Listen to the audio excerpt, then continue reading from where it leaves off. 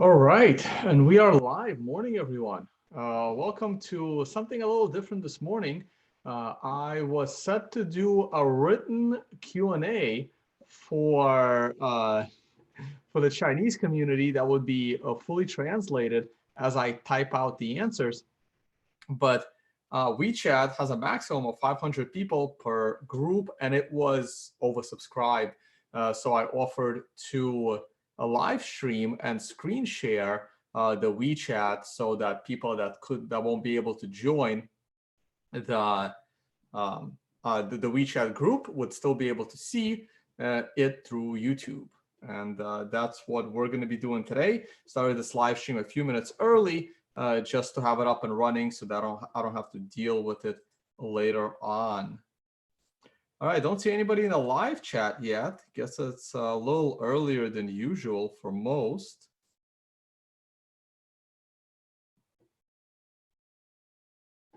But looks like everything's working. Ah, there we go. Okay, let me close that. And we are up and running.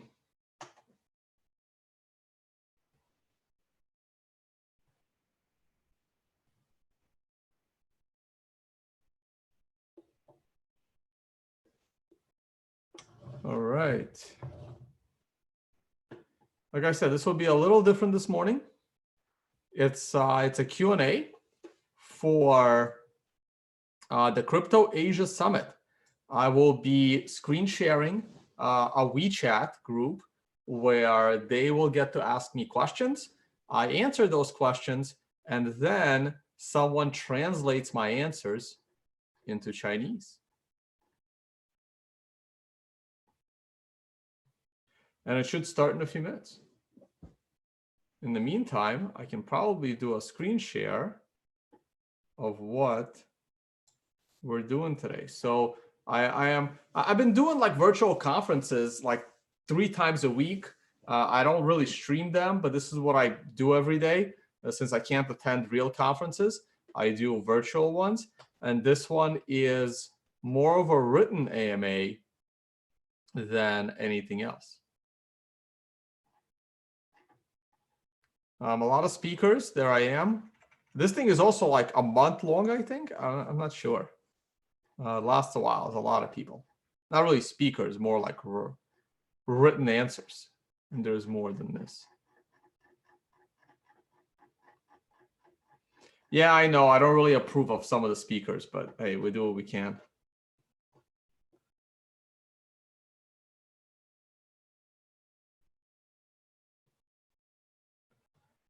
The markets haven't really changed. I'm waiting for the link to the invite. So markets haven't really changed, but this is what we're going to be doing. Glance at a Bitcoin chart while we wait. It's holding up. The US stock market, man, I was like starting to count how much money I was going to make today because I'm short. And then this is when I was getting close to go to bed. And then this is when I'm waking up and I'm like, damn, 50 points. God damn. I was short too. It's okay. Trade's still profitable. It's the important part. I want to take a look at the Chinese market, stock market. Oh, I think I got my invite. Just want to take a look at the Chinese composite real quick. It's also bearish. Red 2 below red 1 tomorrow for them. All right, here we go. I'm joining the group and I will change screen share to show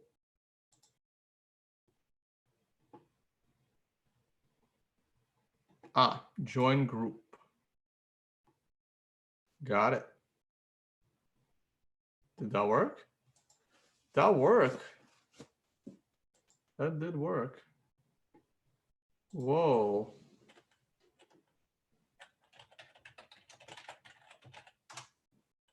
All right. So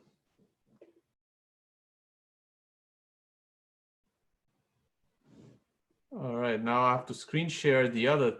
So bear with me, guys. Again, not a normal stream, but doing everyone a favor because the was over. Can't get into the stream. I'm going to stop the screen share and let us see how this looks if I share the WeChat application. Oh, damn, but I may dox some people. Oh, well. I'll dox one person. Maybe I don't have to. Maybe I can go off screen. Hold on. Maybe I can delete a conversation.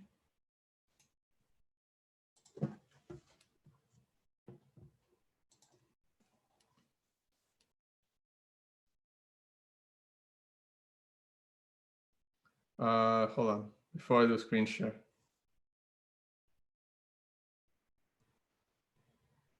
Man, I should have thought about that before.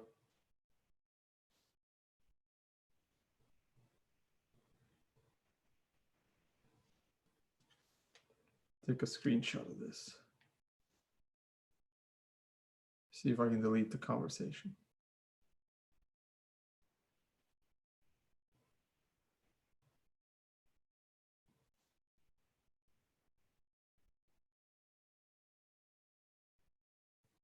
How do I just delete chat history? I don't want to delete the contact.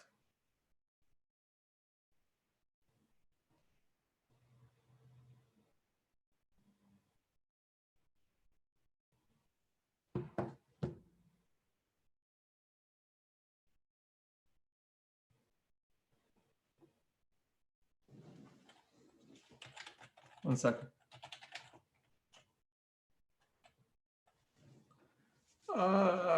Man, it's the best way to do this here. Okay.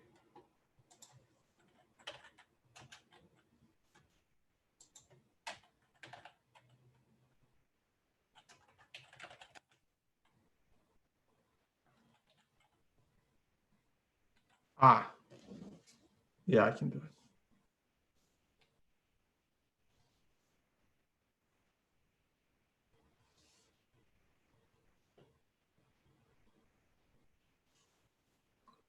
Okay, done. Perfect.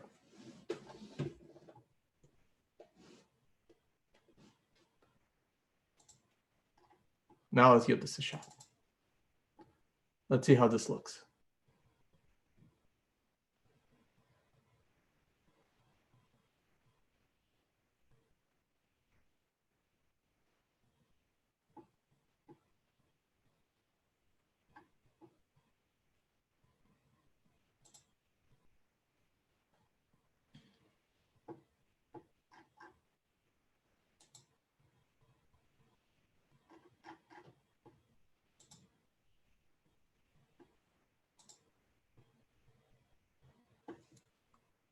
Okay, now I have to see it from on YouTube to see if this worked out. There you go. So I wonder if I make this bigger.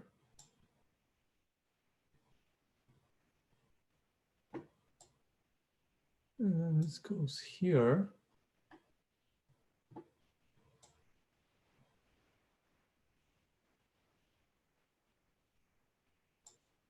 Perfect. So now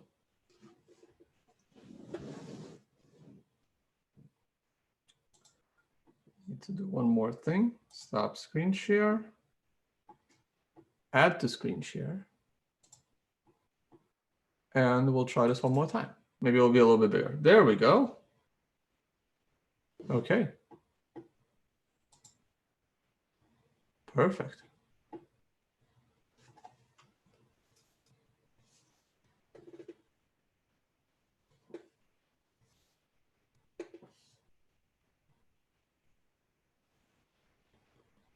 Oh, I have people trying to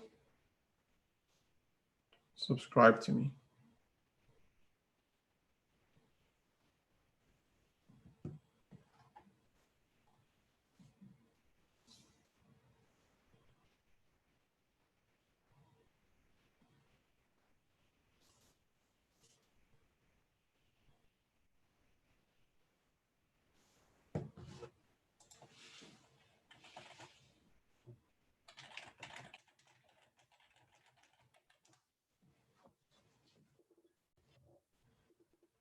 All right, we'll start in a few minutes.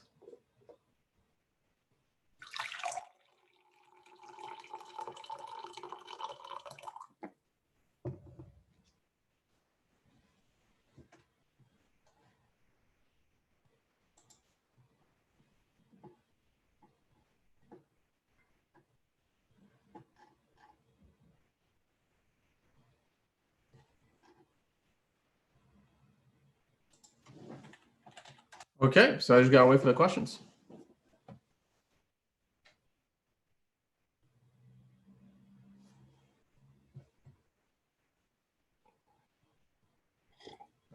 Yeah, see guys, the group is full with 500 people, and that's the maximum. And a lot more people wanted to join, but they can't. So that's why I'm live streaming this.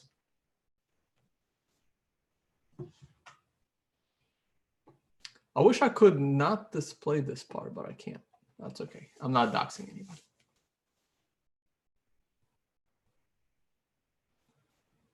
Oh, that's my description. I wanted to get Leah on here so she can translate and read the Chinese part.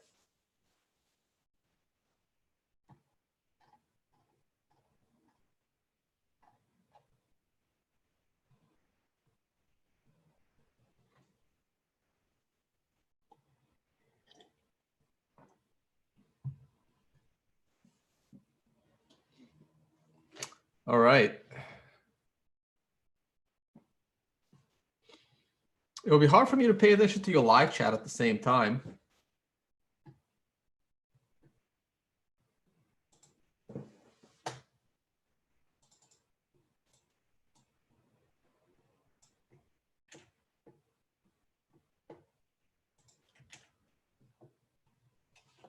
So there you go.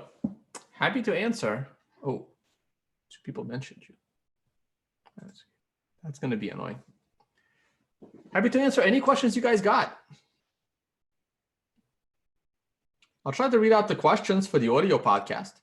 And I'm going to reply just with sentence by sentence. And they will translate into Chinese, which is great.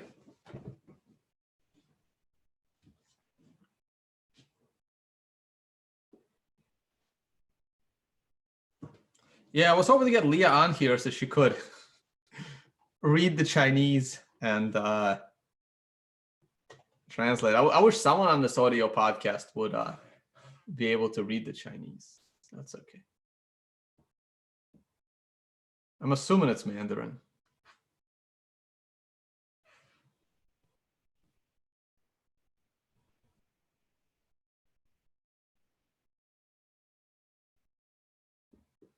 Look forward to your speech at Chain Talk Crypto Asia Summit. Wait, when is that? I got to check my calendar. I don't remember when that would be. But if I agree to it, I'll speak there.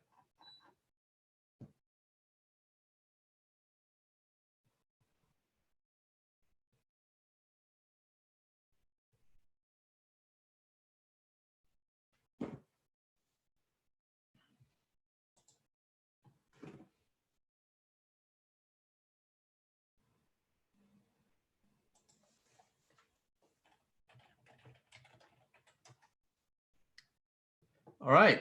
Question is, on April 20th, WTI crude contract for May fell more than 300% to negative $37 per barrel, which expired on April 21st. It was the first time that WTI futures market fell below zero. Most people believe that the price crash was caused by low demand of global oil. Here's the question. I subscribe to your YouTube channel. In the video, Market Pulse, oil is worth less than the empty barrel it's in. You mentioned the oil futures crash is an unprecedented historical moment. First of all, what do you think caused this oil crash? All right, so let's go with the answers.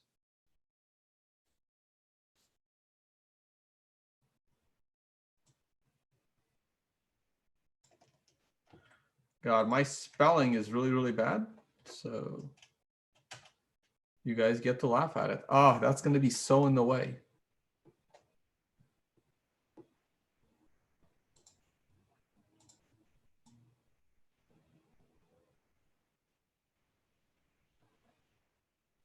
All right, so the oil crash is certainly caused by the global shutdown.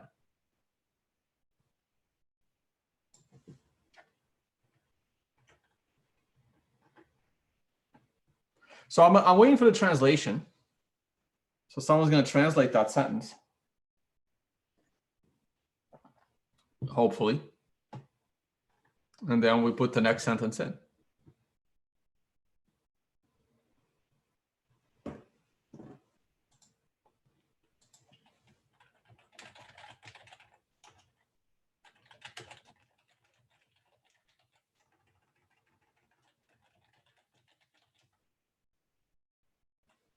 Oh, no, they want the whole answer.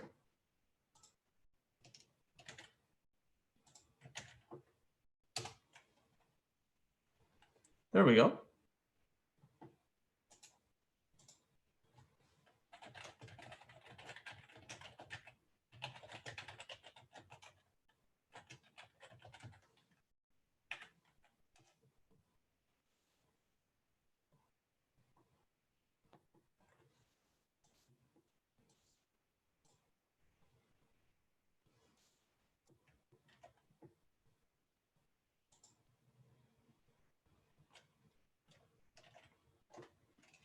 All right, so there was just no demand for oil. And the April contract that went negative meant that people were willing to pay to get rid of their oil because holding it for an extra month would cost them more money. This contract had a mandatory delivery for May, and no business needed more oil.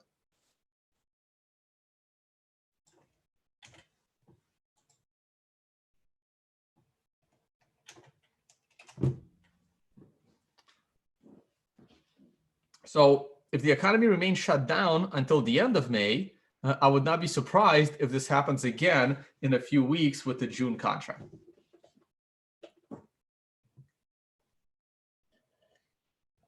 Yeah, so most people that are in this chat just don't speak English. So once again, now that we have more viewers here, just explaining what we're doing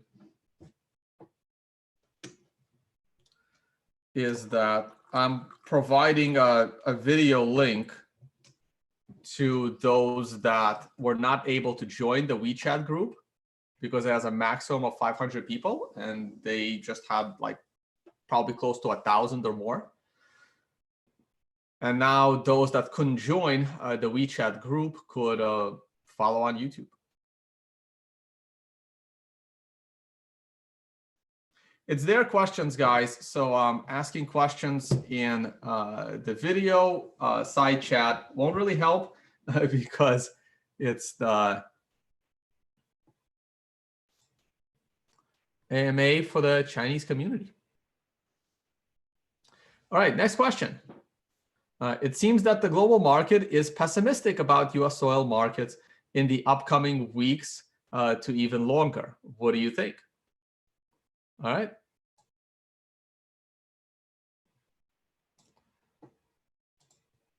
So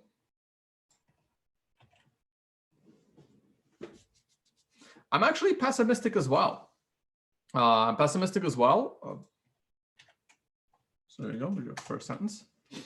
I'm pessimistic as well, but oil prices can rise sharply at any time. If, say, the shutdown causes many oil exploration companies to fail, then in 6 months, there would be a temporary shortage of oil. Like if no one is mining, if no one is mining for oil because their industry shut down, you will get less oil. Very similar to Bitcoin mining, right? Like if the electricity cost goes up, if mining reward goes down, there will be less people mining electricity. So there will be less Bitcoin up for sale. But unlike Bitcoin, when you use oil, it's gone. So if the new supply of oil contracts, well, Remember, this is the US oil market.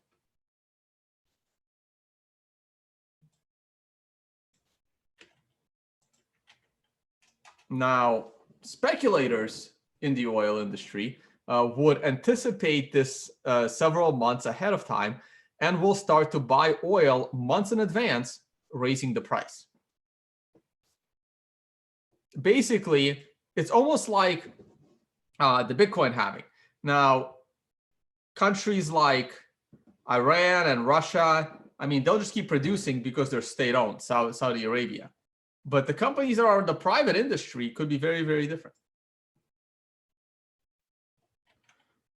Now, remember, there is no easy trade. If everyone assumes oil will only go down, then it has probably bottomed or will soon.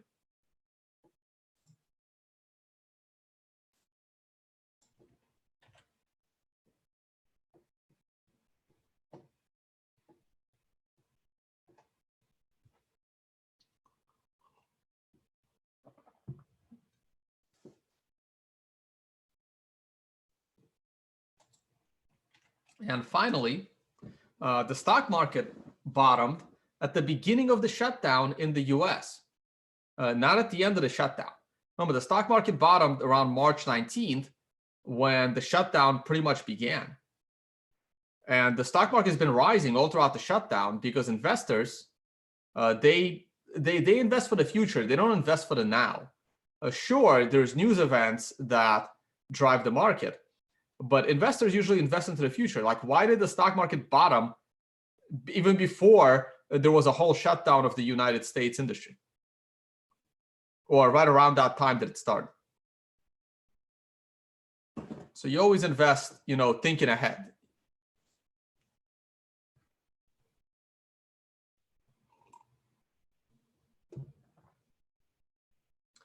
Someone was asking, any way to increase the font size?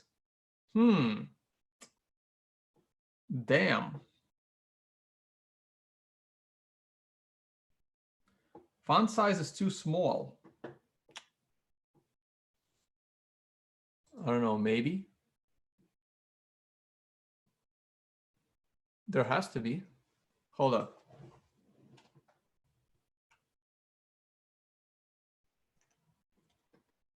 I don't know. Is it really too small?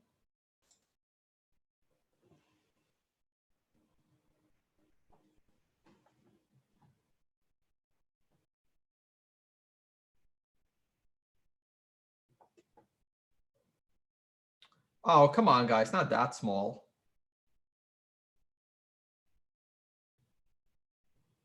I can read it. I'm looking at the live YouTube link.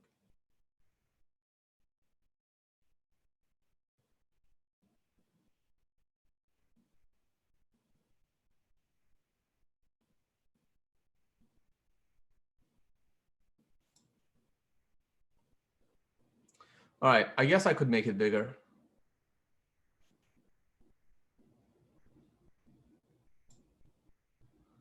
I can make it bigger.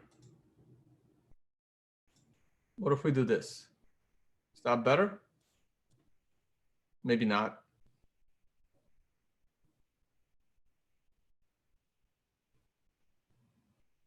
Guess we'll go with this. That's the best I can do. Sorry.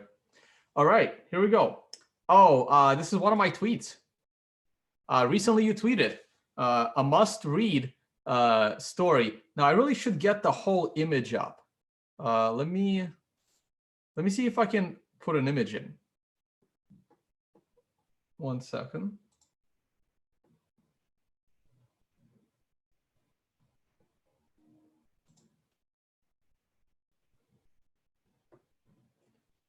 I wanted to get that whole image in there, but for some reason,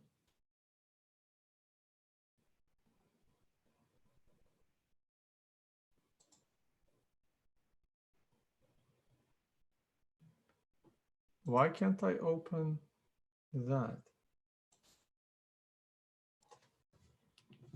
Oh.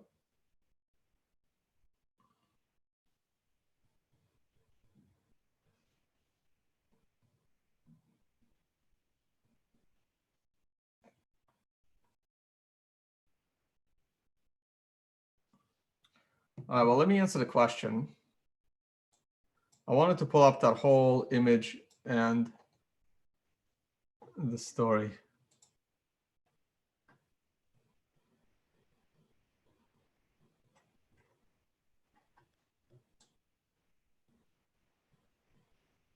All right, so basically, that picture just has a pretty funny story that I would love to show in full, but for some reason, I'm having trouble.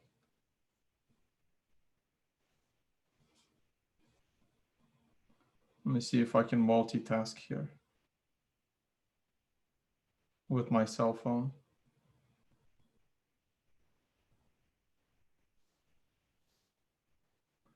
Oh, wait, I have the picture in my cell phone.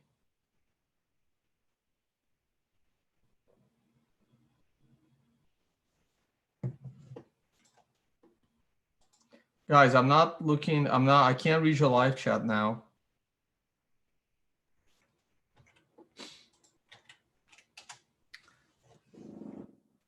Basically, that picture is from a very advanced financial engineering book that teaches people about the math behind finance and modeling. Financial modeling. Let's be clear here.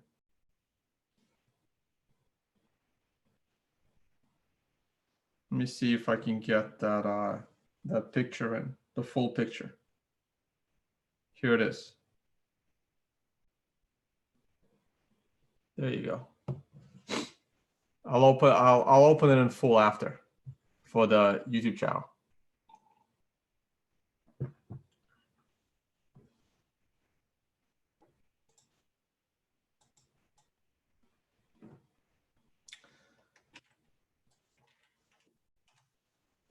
So basically, it was a funny story about a trader who accidentally bought a second contract on cattle instead of selling or closing the contract he had. And because of that,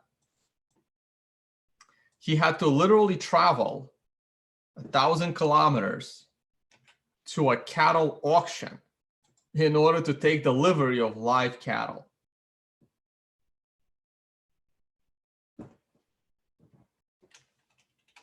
So that's a really fun financial career where you had to go and manage, I think it was like 40,000 pounds of cattle. So I don't know how many live cattle that is. I don't know. I have no idea how much one cow weighs. Probably dealing with 30 to 40 cows.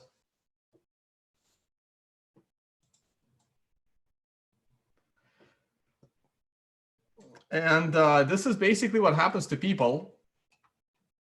It's what happens to people that think they could just buy oil at a negative price and make money, because they will need to take delivery of that oil.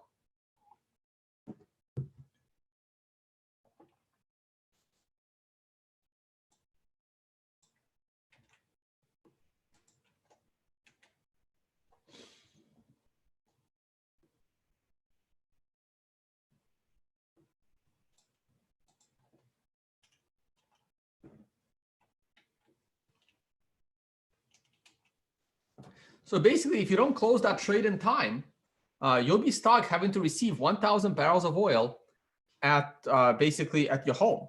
Well, actually, not even at your home. The seller will tell you where to go and take delivery of your 1,000 barrels of oil. So for every one futures contract that you would be holding, basically, for every contract you would be holding, you would have to make arrangements to take delivery of that oil, which is insane.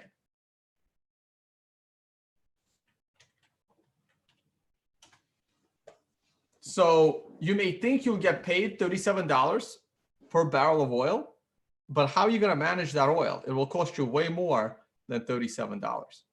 Now, the other books in that little picture, and I'll show you guys the picture. That's the picture. So there's the story. So you can pause the video and read this story. I strongly recommend it. It's really funny. And that's the story of the trader that screwed up and had to go and manage live cattle instead. But there's 3 other books in the background. There is this book, and that book. And these 2 I recommend. This one I was making fun of. And that's the one. The Coming Economic Collapse. How you can thrive when oil costs $200 a barrel. Now, the author was a little wrong there. Instead of oil going to 200 and destroying the world economy, oil went to negative 37.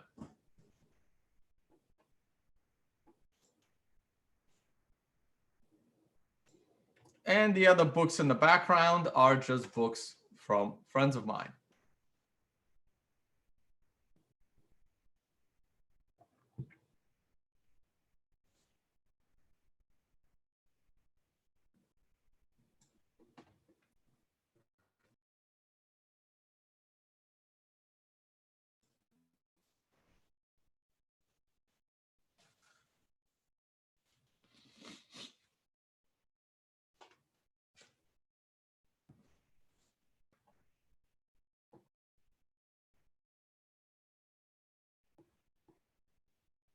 We'll get to Bitcoin, guys.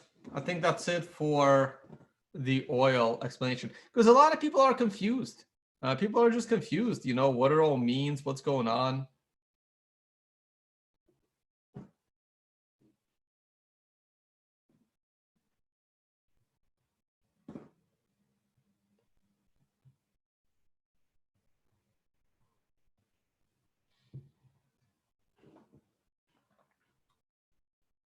All right, hope we have like people that can read Chinese in the live chat. Yeah, correct. One can't just simply take on barrels of oil. So the average person would not be able to trade it. All right, thank you for your answer. As the market faces lower demand amid COVID-19, negative oil prices means the cost of transportation and storage has gone beyond the value itself. We hope that the pandemic, as well as the oil market, can recover soon. I agree.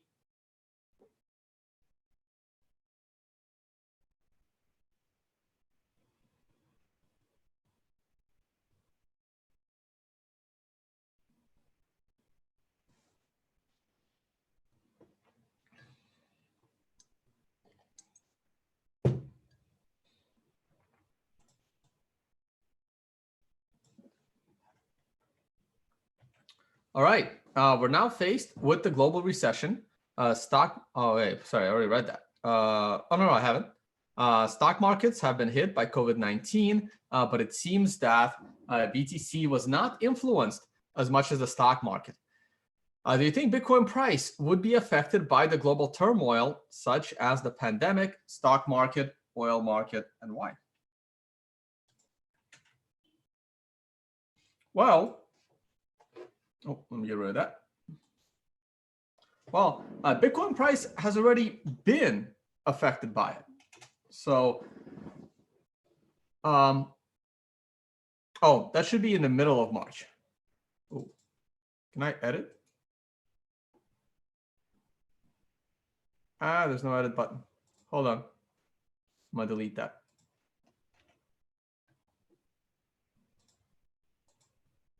In middle of March. There you go. In middle of March, when stocks crashed, Bitcoin crashed even more. However, I believe that the worst for Bitcoin is over.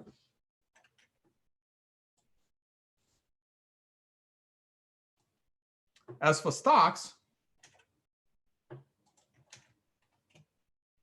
I'm not sure.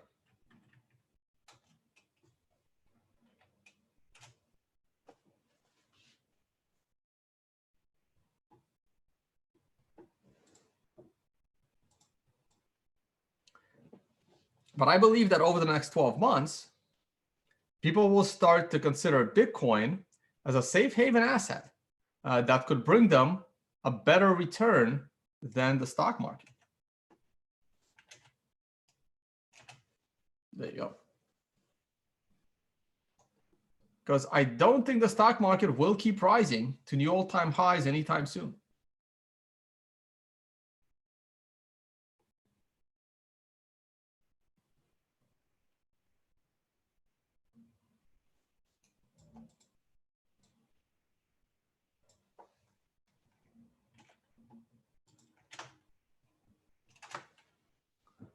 And I'm also seeing lots of talk from governments about creating their own digital currency and eliminate cash. China might be one of the first to do so. That will drive people into Bitcoin. I also believe that governments will raise taxes because they will lose a lot of revenue from businesses failing over the shutdown. This is especially likely in Europe and the US because these states will realize how little money they're earning. And they'll have no choice but to raise taxes. Otherwise, they lose their jobs as politicians because local politicians need tax revenue.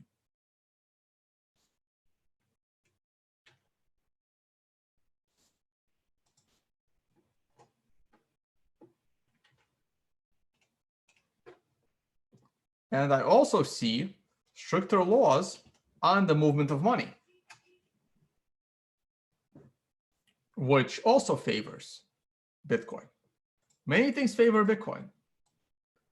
The biggest one being the risk of the European common currency.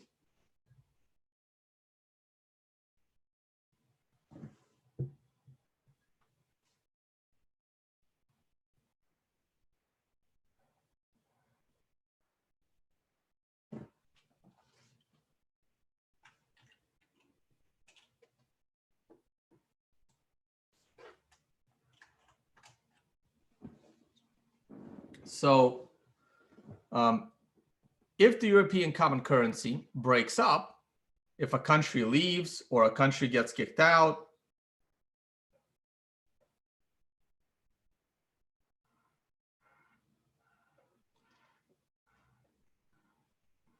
then people would really find Bitcoin very useful.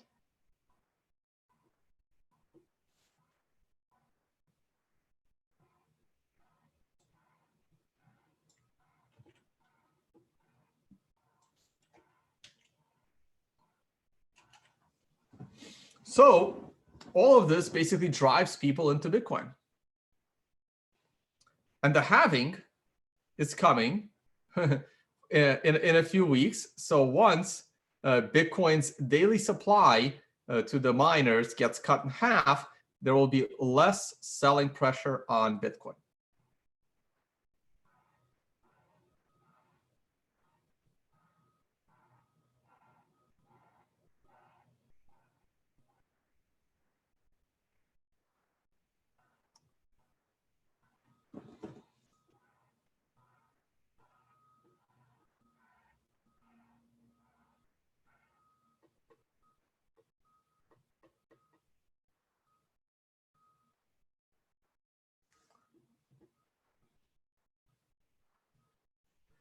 All right, got another question. So apart from the external factors, let's focus on Bitcoin. How do you think May halving will influence the Bitcoin price? What's your projection about the highest price of Bitcoin in 2020 and when it will reach that point?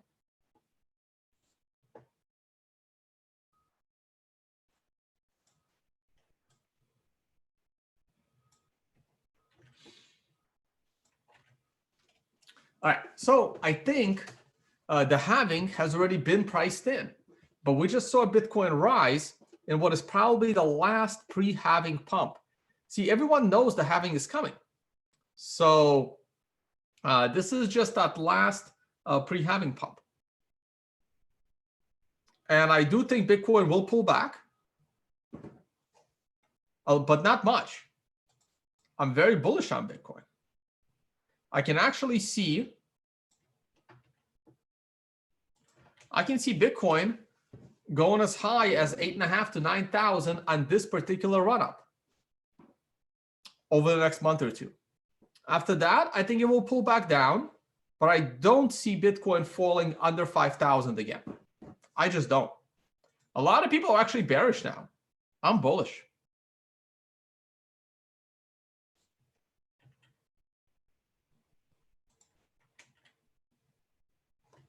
And if the economy continues to be poor, Bitcoin will probably not go up much because people will just not risk the money they have left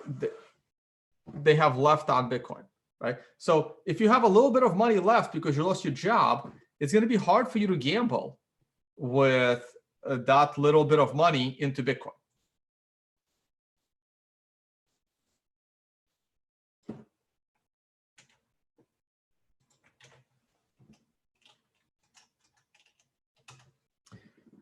As for the end of 2020, I think Bitcoin will be around $10,000.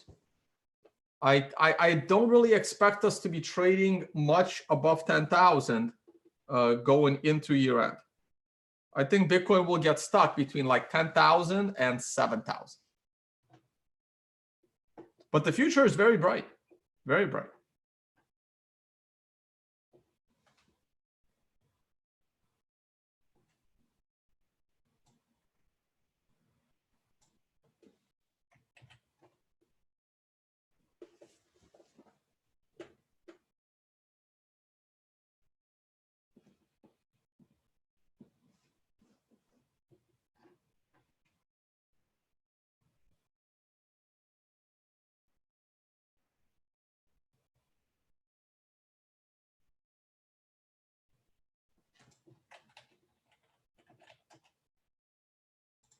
All right, finished.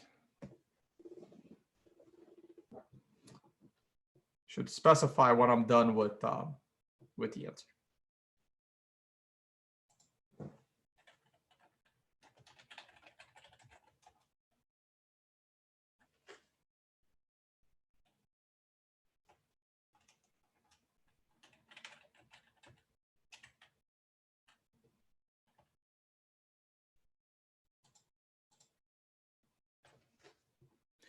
All right, Chinese crypto media reports that China's miners control 65% of the global hash rate.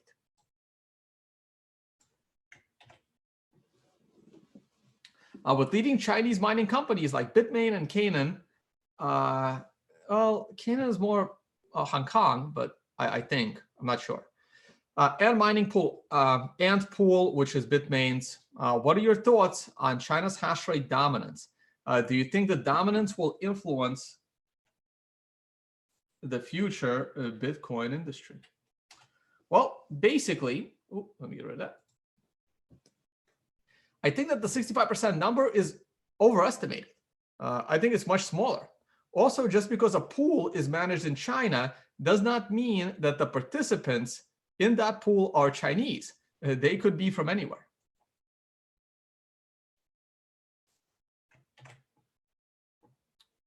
I also think that Bitmain has not been able to innovate in a while. And I think that they are just no longer relevant or important to the infrastructure of Bitcoin. I think Bitmain's done. I think all Bitmain will be is a mining pool. I don't think their new miners are going to cut it.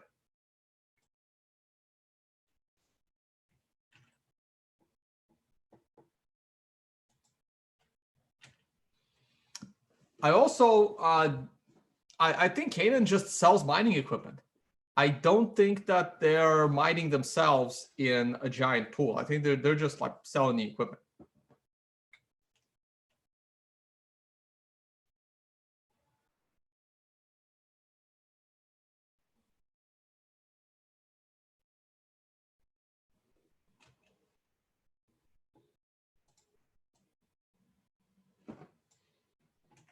And I really have no problem with the current state of mining. I think Bitcoin mining is actually pretty decentralized. I know there's just a few companies, but it's not easy making Bitcoin miners. And lots of people are buying those miners. There could also be like a decent amount of mining that like you don't know how they are. They could come up with their own equipment and they're just not making it public.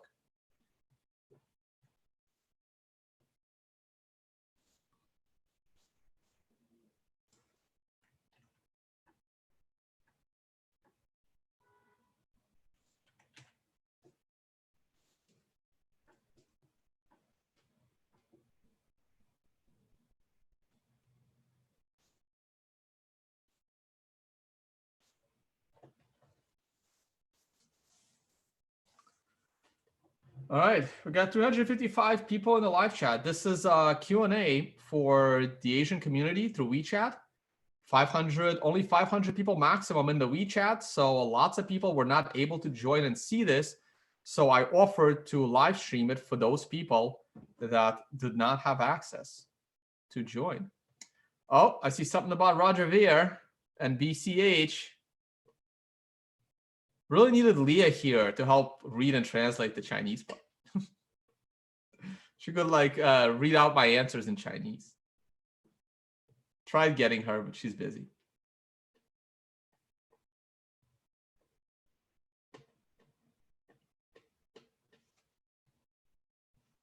Should have planned it better. Should have, but I didn't plan on streaming this. Okay.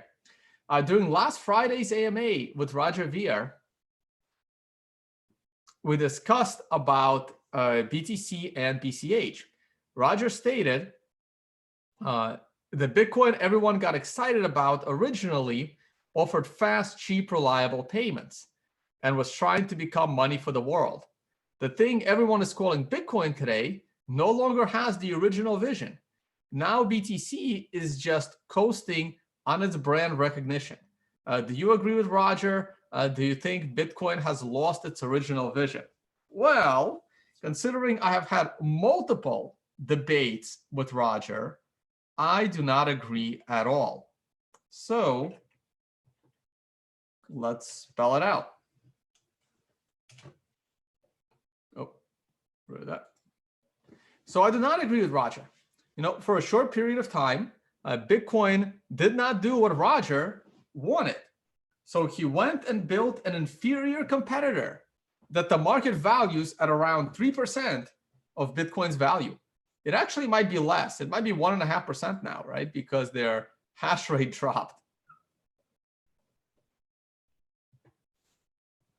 I haven't really checked the price in a while.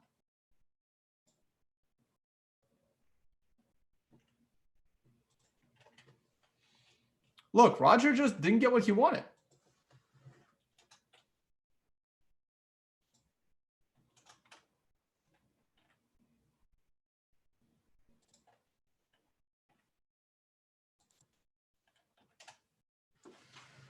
Look, I'm sure there were companies like Netflix or YouTube that wanted to create what they did back in 1992, but the infrastructure just wasn't there.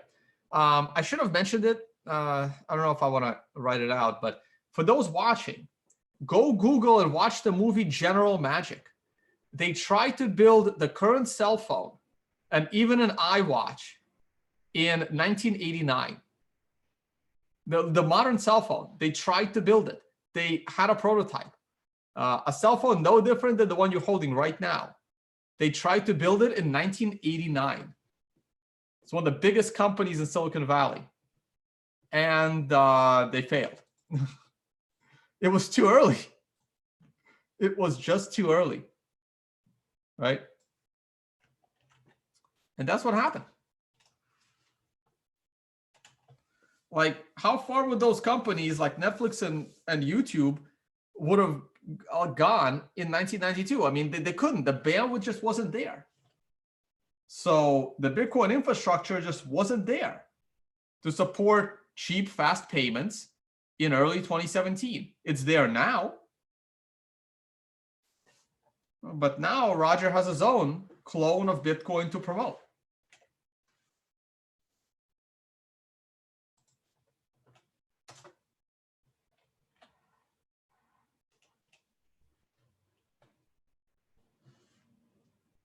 Now, for me personally, Bitcoin is very fast and very cheap.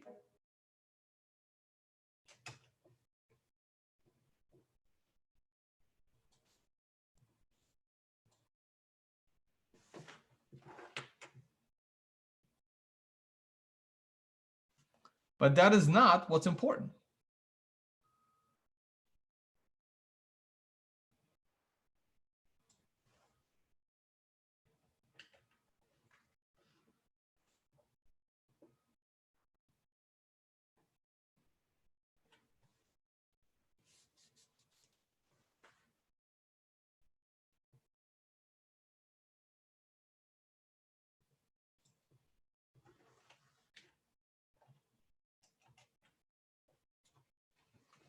What's important is that Bitcoin is decentralized, has a high hash rate to give it security, and has a reputation as a store of value to attract new users.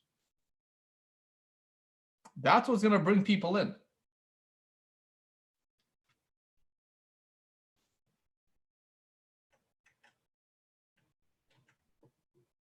Because I am pretty sure,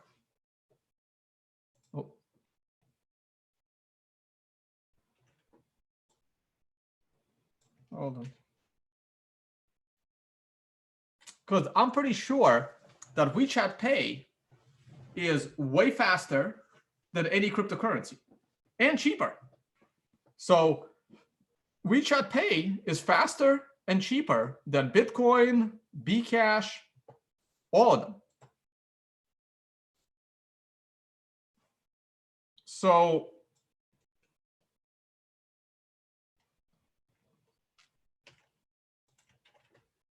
basically, every developed country in the world has cheap, fast payments. Bitcoin was never competing to be the cheapest or the fastest. But it was competing on the following properties.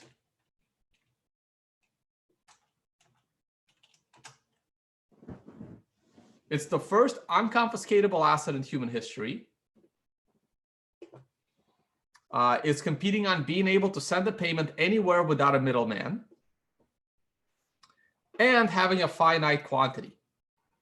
See, BCH, for example, is just insecure inflation on Bitcoin. So if you value the fact that there's a finite supply, you can't possibly believe in these altcoins or shitcoins, because they are just inflation on top of Bitcoin.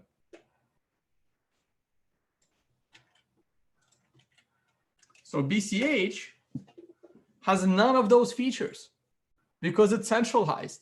And people like Roger Ver have the majority of the control of BCH. What he says usually goes.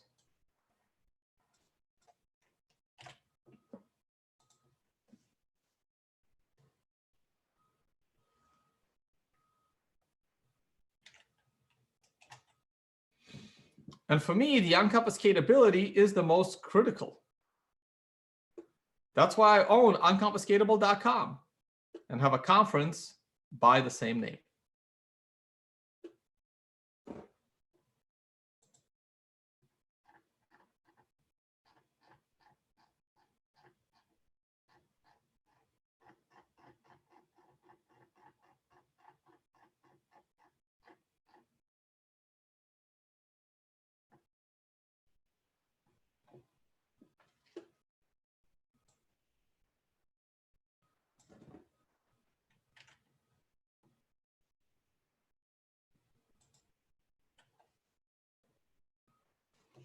All right, let's talk about crypto exchanges.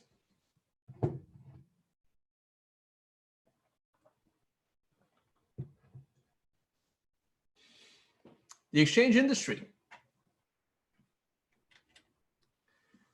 is the, let me get rid of this.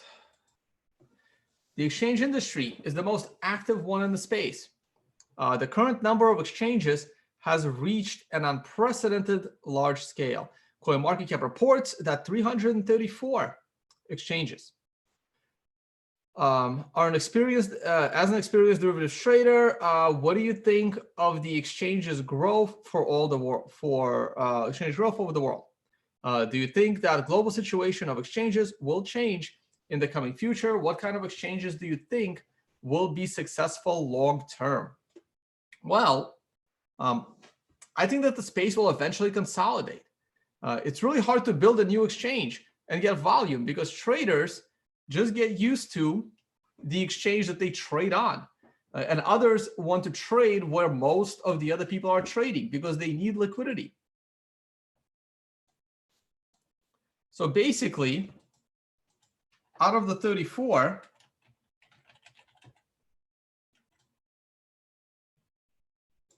out of the 334, I feel that about 10 are actually relevant.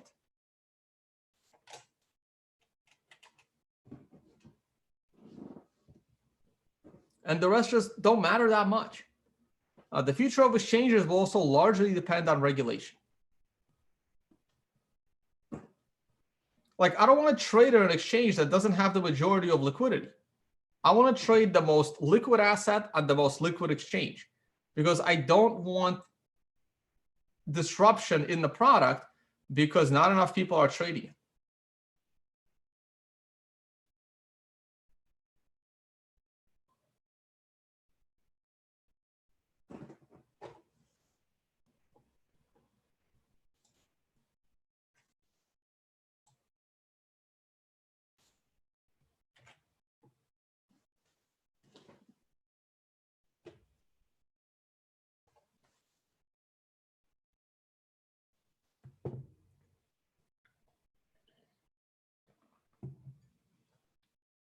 I got a few more questions here.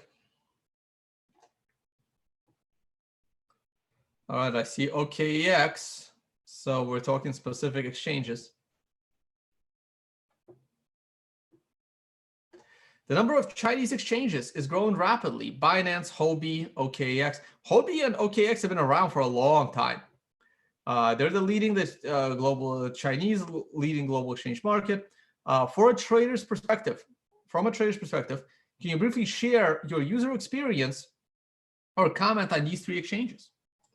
Well, at the moment, I am trading on the US equities and commodity markets. I'm trading commodities through ETFs, not currently trading commodities directly. They've been more exciting than Bitcoin, though yesterday's pop made Bitcoin exciting, but the entire month in quarantine, the Bitcoin market wasn't exciting to me. So I wanted to trade the other markets. I really do not like to trade Bitcoin.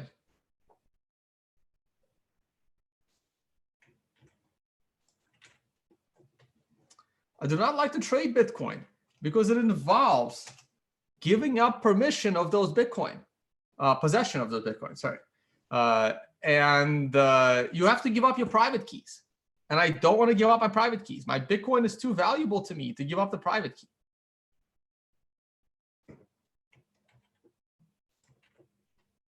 I find Bitcoin too dangerous to gamble with, as hacks happen all the time.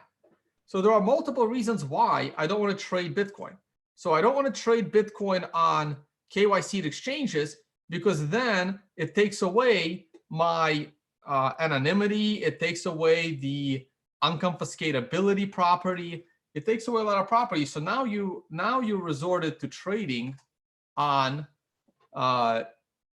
non-KYC exchanges, but they come with their own risks.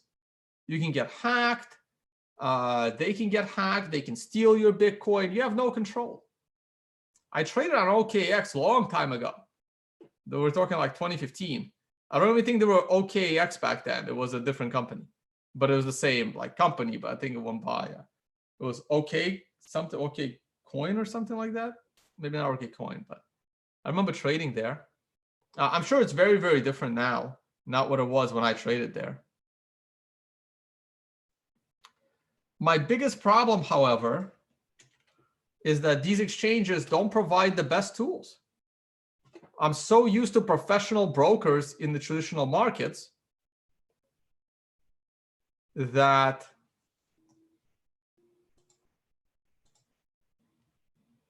the crypto exchanges don't compare.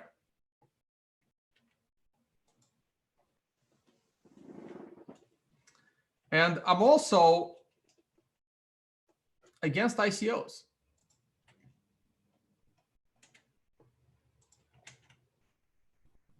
Oh, wait.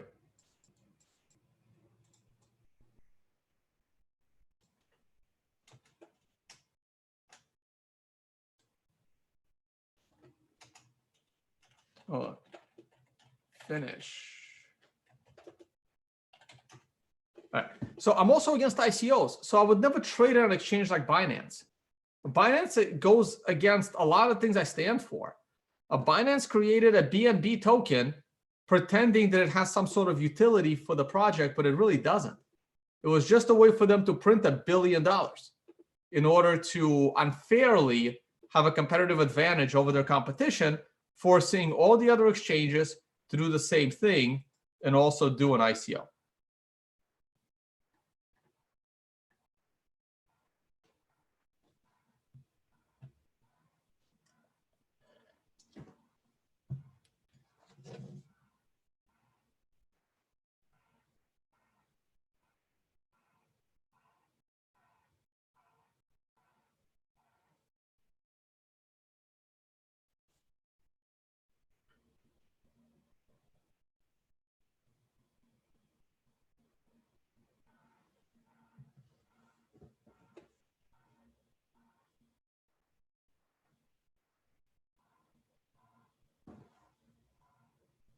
All right, let's talk trading.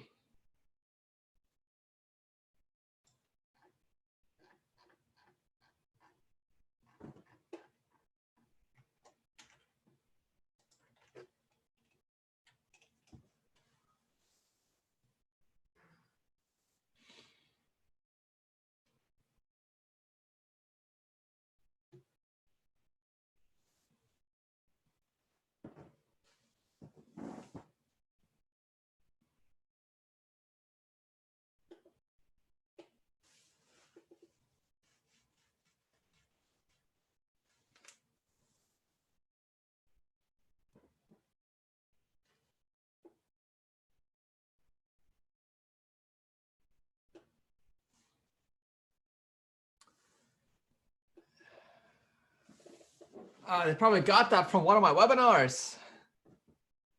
In today's market, hope, luck, and long-term valuation models are not an effective trading strategy for active traders. Correct. Long-term valuations are good for hodlers, not for active traders. If you are not a believer in buy and hold, you need to master the skills of other professional traders so you can compete in the high-stakes game. As a professional derivatives trader, what's your secrets to your wonderful performance in high-stake games? For normal traders, how can they master the skills of other professional traders? What's your advice for them during turmoil? Well, the most important skill as a trader is risk management. Risk management, your position size and your leverage. If your position size and leverage is too high, a single trade can wipe you out. That is the secret. That's the secret. Not how well you predict the markets. Everyone's always wrong sometimes. That's the real secret to trading. You can make 10 perfect trades in a row, then the 11th will reset your account to 0, and you don't get to play again because you don't have any more money.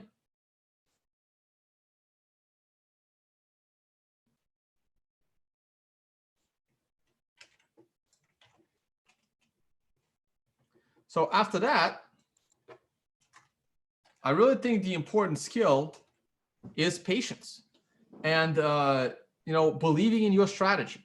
So everyone should have their own trading strategy that you've spent an unreasonable amount of time testing and putting together.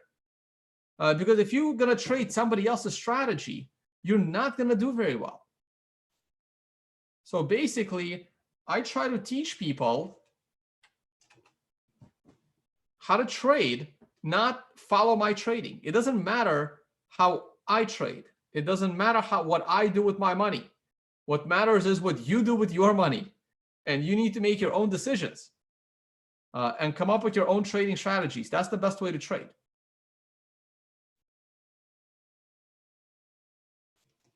Now, personally, I am a believer in technical analysis. So I believe in technical analysis and chart patterns. But there are other ways to trade. As long as you are doing something you built yourself, you will be fine.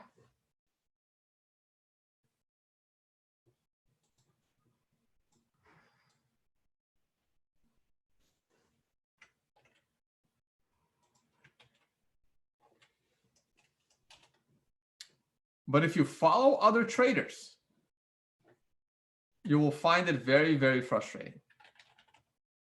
All right, finished. So don't follow other traders. Don't follow me. Don't do what I do. Don't follow my trades. Don't even follow my advice. Learn why and how I come up with the reasoning for my trades, and then come up with your own decisions. And make sure you have good risk management.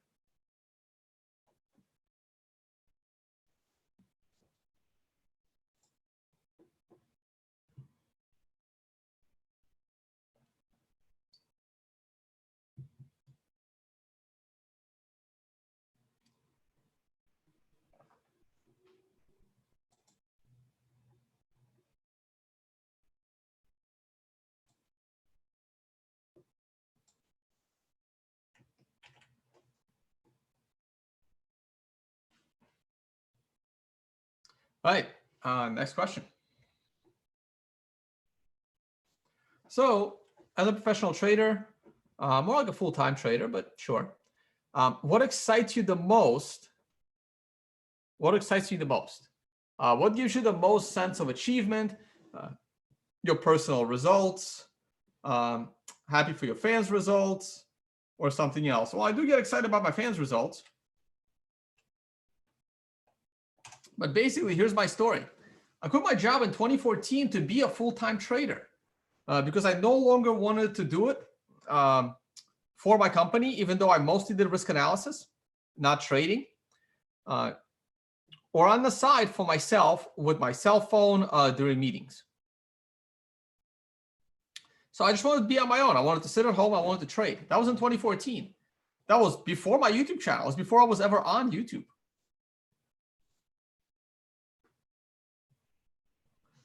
But after a few years, it really wasn't fun. I kind of got tired of it. Just after a few years, I got tired of it. I wasn't having fun. Sitting at home all day in front of a computer is not fun. It's not. Like, I'm doing it now during quarantine, but it's generally not fun.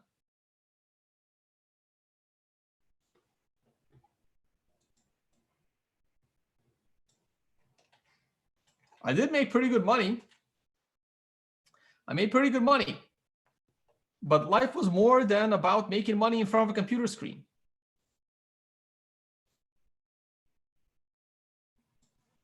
So I got very excited about Bitcoin. And that's what excited me. It was Bitcoin.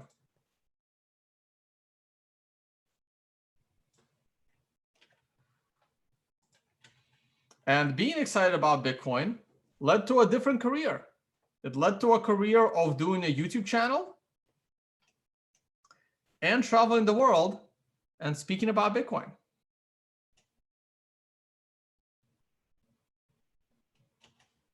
And I wanted to do more to promote it.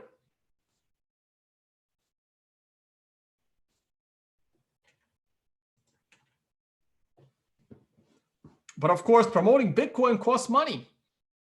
I was spending a lot of my own money promoting Bitcoin, but I'm not an early Bitcoin adopter. So I didn't have tens of millions of dollars like someone like Roger Ver to travel the world and promote Bitcoin.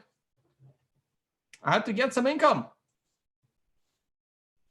I don't want to do sponsors. So what do? Traveling the world made it impossible to trade. So I started teaching people how to trade on the weekends.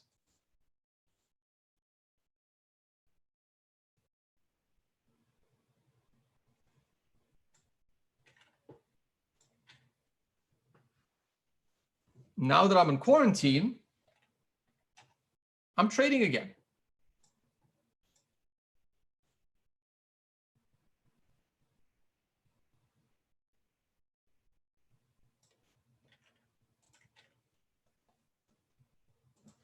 I'm doing pretty well in trading. I'm doing well. I'm making money.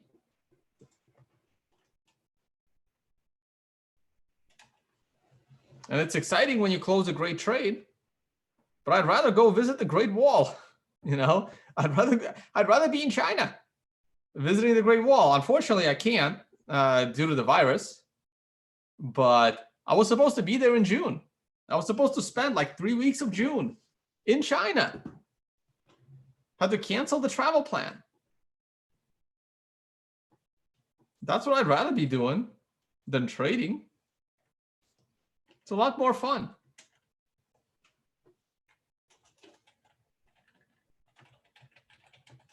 Now, because the majority of my YouTube audience are traders, those are the shows that get the most views. I'm still doing shows for traders. I'm still teaching trading. I'm teaching the options course this weekend. But I'd rather be going to China and Japan, 2 countries I always wanted to visit, never have.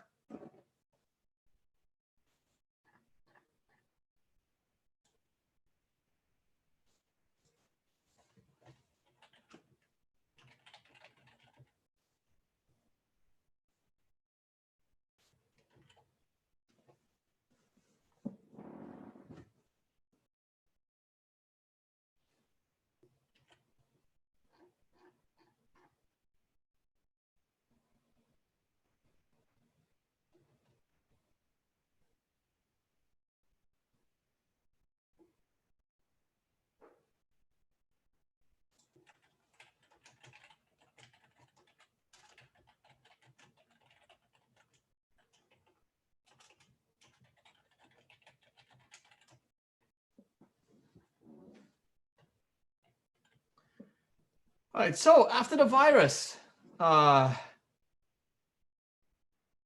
very welcome to China and enjoy the view of the Great Wall. Thank you. I'm looking forward to it.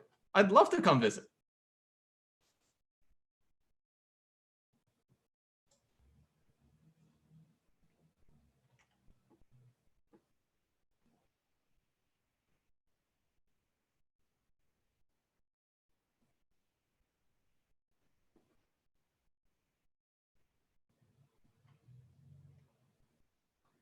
All right, need the next question.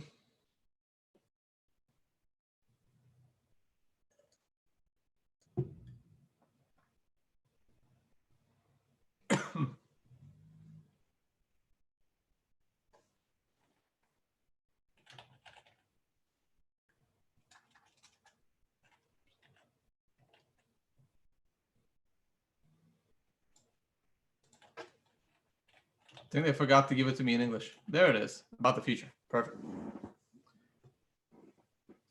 Hello, Wei. Wow, thank you for your very generous donation. As an old Chinese fan of yours since 2016, your advice, primarily sequential indicator, helped me a lot. And I very much hope to see you in China, like a seminar or other events. We'll do like a dinner. We'll do a carnivory dinner. I'm always up for eating creative food, but I think it'll be a little more difficult now. Let me not say anything inappropriate.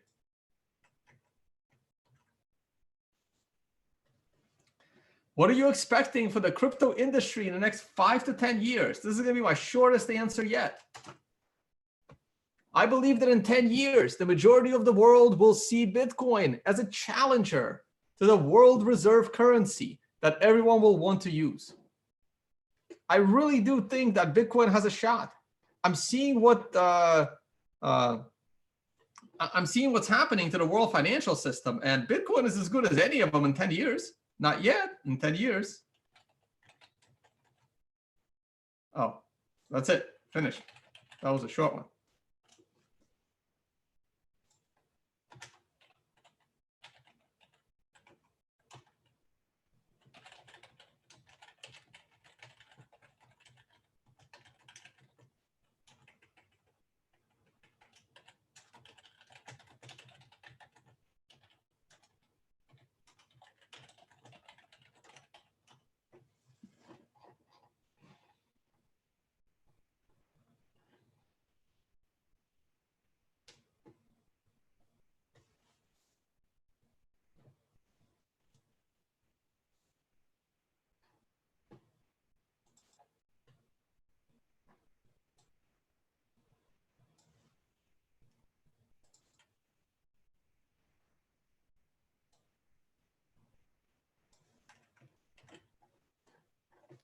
All right, waiting for the next question.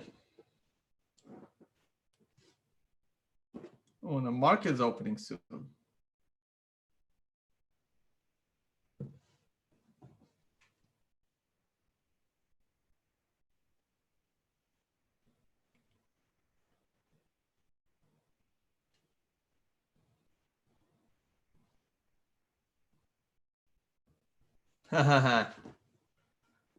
Excellent.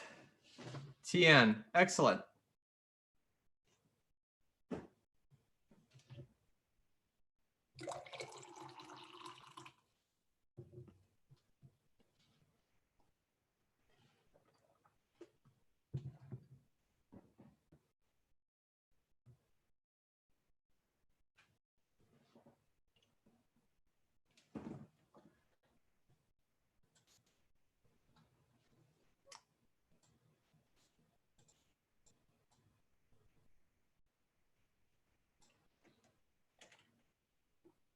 Yeah, for those interested in my YouTube channel, there's the link.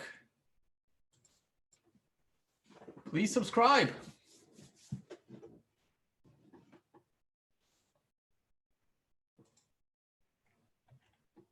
There is also Twitter. Those are my two primary ones. And there is also Instagram.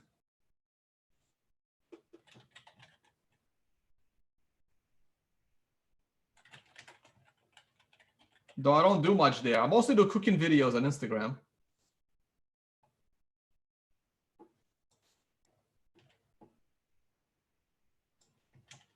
Tone Vays Instagram. There you go.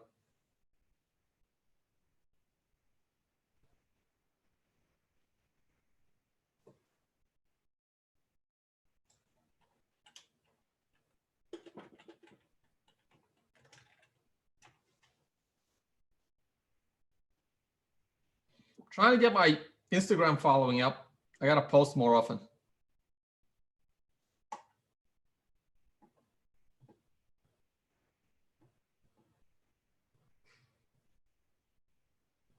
There was a question there.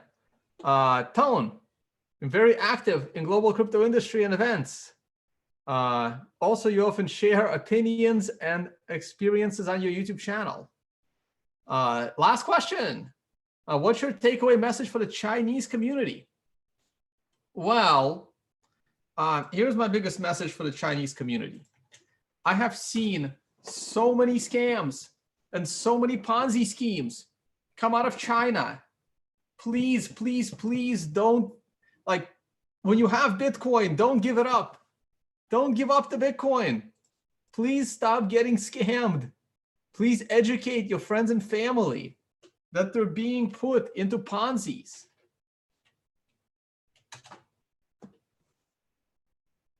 Please educate all of those around you. Bitcoin is the only crypto that is real. It's the only one that is worthy of your hard-earned money.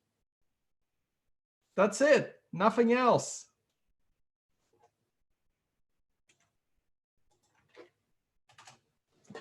Please, please, please stay away from all the other nonsense in the space.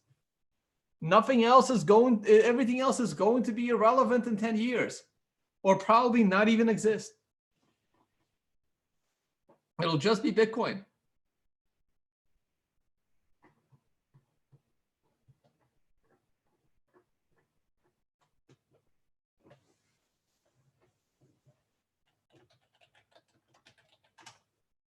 Thank you.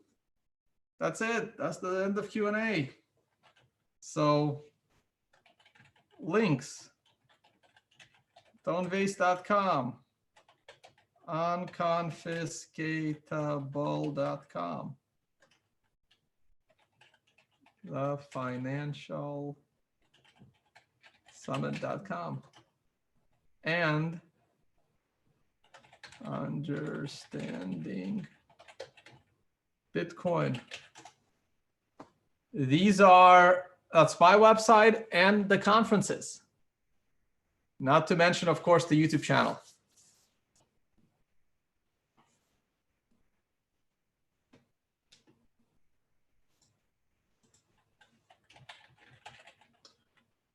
I messed up the financial summit. Can I edit this? I can't edit. The Financial Summit.com. Misspelled that one. Accidentally hit the end button twice. Oh, no, I hit type too fast. Put the N in front of the A. Cooking skills will be upgraded. Yes, a little bit.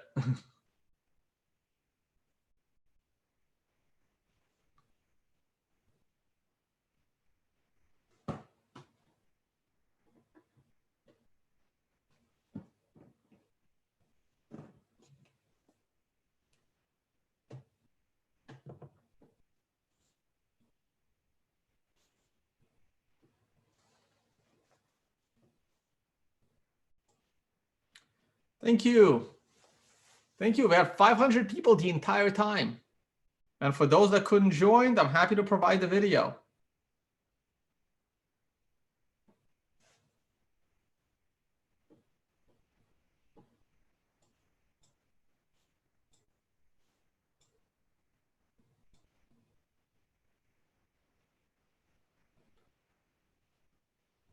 Bitcoin address for donations. It's okay, guys. Save your Bitcoin. Any plans to come to Singapore, Malaysia? Yes, I'm in Singapore all the time. I'm in Singapore 2 to 3 times a year. I'll definitely be in Singapore. I'm not sure about Malaysia. I had plans to go to Malaysia. I was supposed to be in Malaysia in June. Philippines, Malaysia, and China. Not anymore, unfortunately.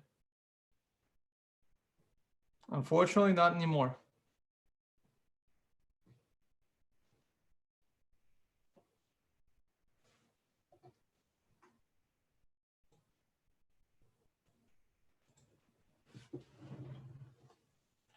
All right, that's it. Not sure what's next. Hope to see you in China and Tokyo. Yes, I was supposed to go to Tokyo also. I was supposed to go to Japan this year. I had China on my list. I had Japan on my list. Everything I was gonna do it. Japan was either gonna be this summer or in October. So I may still go to Japan.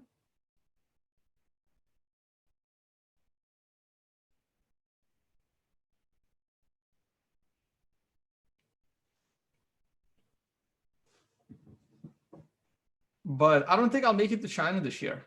Has to be next year. One Tokyo. I'm not sure. I'm not sure. Maybe even I may still make Tokyo this year. Maybe. I don't know. I'm not really making travel plans right now because I don't know when I'll get to travel.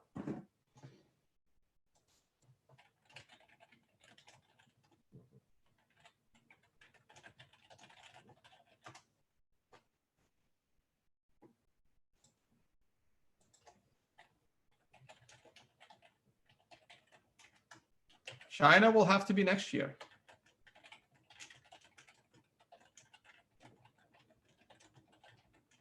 Or the year after.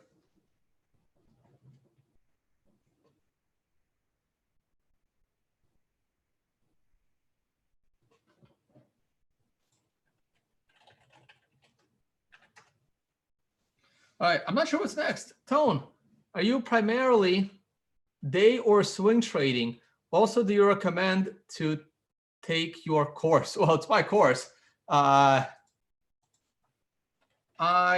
am swing trading, but some of my trades end up being day trades because of the current high volatility environment.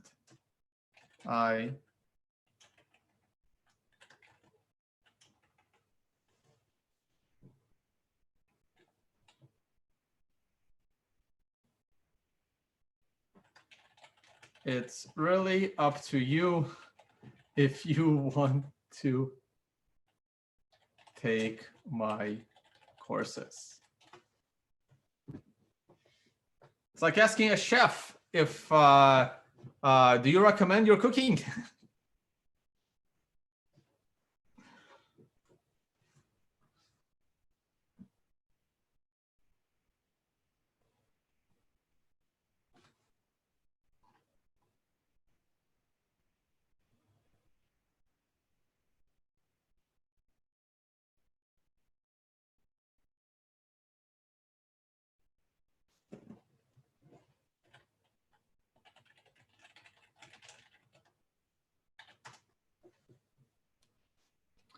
I'm still not sure what's next, though the stock market's opening.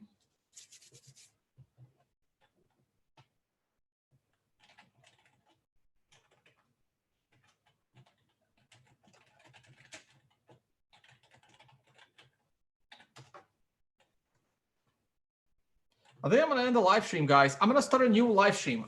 We will do market pulse. Okay, so we're going to close this out. I'm going to stop the screen share. Thank you for watching the Q&A. I'm gonna set up market pulse, and we'll do the market pulse video. Well, I'm not sure what's wrong with my colors. We're gonna do the market pulse video probably in about 30 minutes. I'll do it in market open hours for a change, and we'll go from there. Okay. Hey guys, thank you so much for watching. This was a lot of fun. Oh, I was removed. Yeah, it's probably better that way. And I will see you guys in probably 15 to 20 minutes or so. Maybe we'll do something around 10 a.m. All right. Talk to you all soon. Look for another live stream.